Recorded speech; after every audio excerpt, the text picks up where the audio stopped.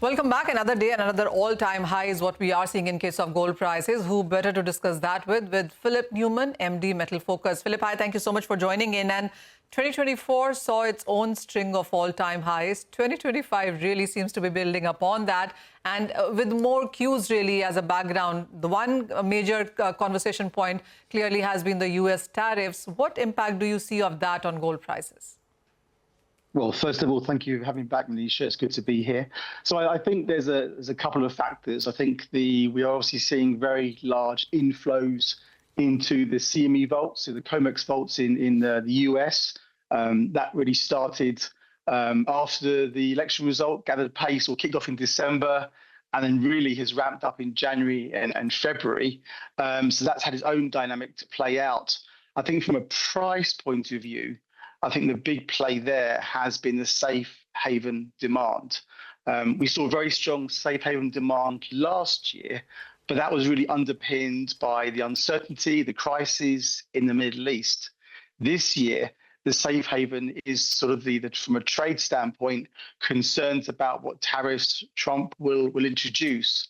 So that is really underpinning that sort of safe haven driver that's really encouraging institutional investors to come into the gold market in quite a big way. Philip, the other big news clearly has been the way US has been converting its futures into physical market, buying from Singapore and Europe in a large way as well. How are you looking at this? How big a market mover or a price mover is that?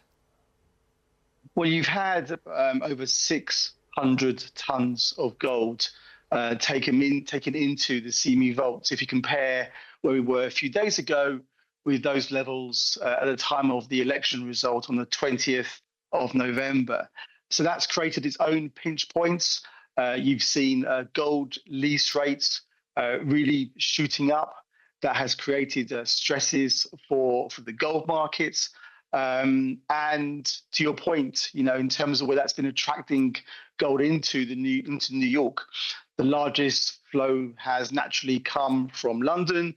Much of that has been taken into Switzerland to be converted into kilo bars.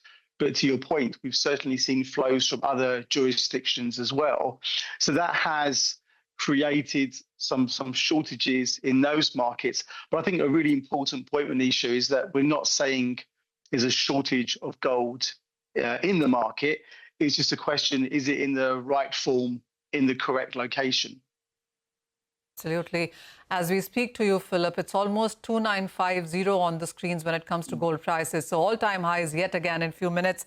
There also have been reports, Philip, about queues outside London Bank to take gold. We understand in a market like this, there are various rumors as well. But how are you looking at demand now, demand especially in UK?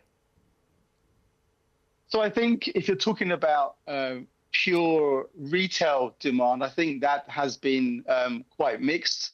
We actually had a really interesting situation. As you may know, we had a change of government last year, and there were concerns in terms of their requirement to raise revenue, that they would impact certain taxes, and in particular one called the capital gains tax.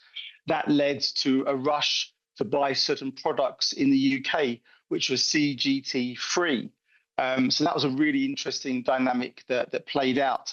But I think moving away from the retail side in the UK, something we have seen has been the delays, as you may know, in terms of getting gold out of the Bank of England into the commercial banks' vaults to therefore be mobilized for those flows into New York. So two very different strains or very different dynamics playing out there in London or in the UK.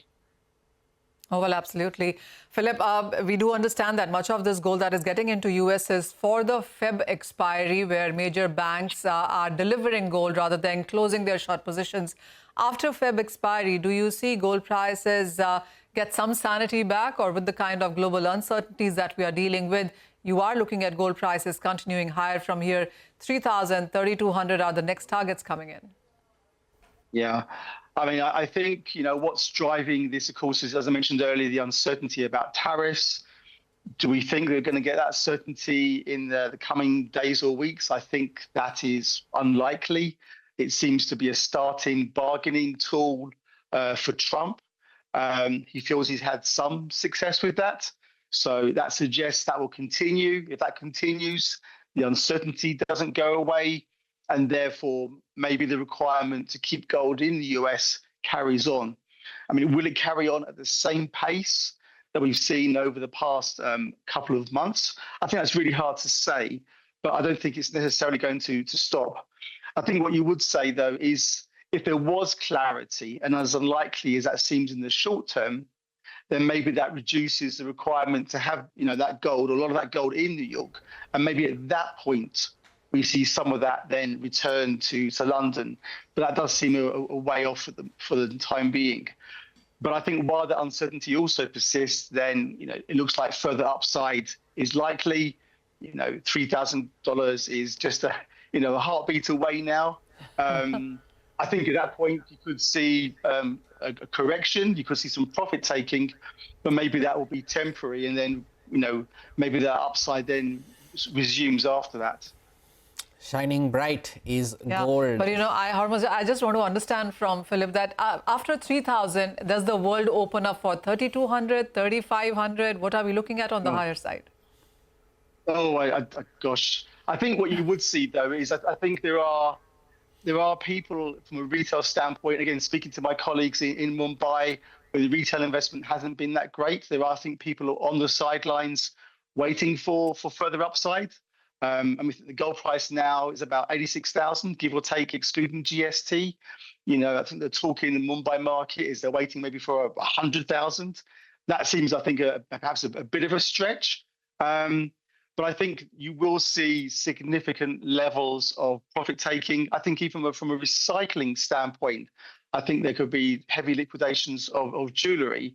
So I think there will be a lot of selling into that level. But yes, further upside could be on the cards beyond 3,000. We are, well, I guess you could argue we've been in uncharted territory for well over a year now.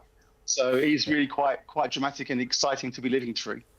100,000 is a bit of a stretch, but never say never, as they say. But Philip, thank you so much for joining in today. Manisha, thank you for joining in as well. With that, it's a wrap on this edition of Halftime Report. We leave you with the Nifty almost into positive territory now.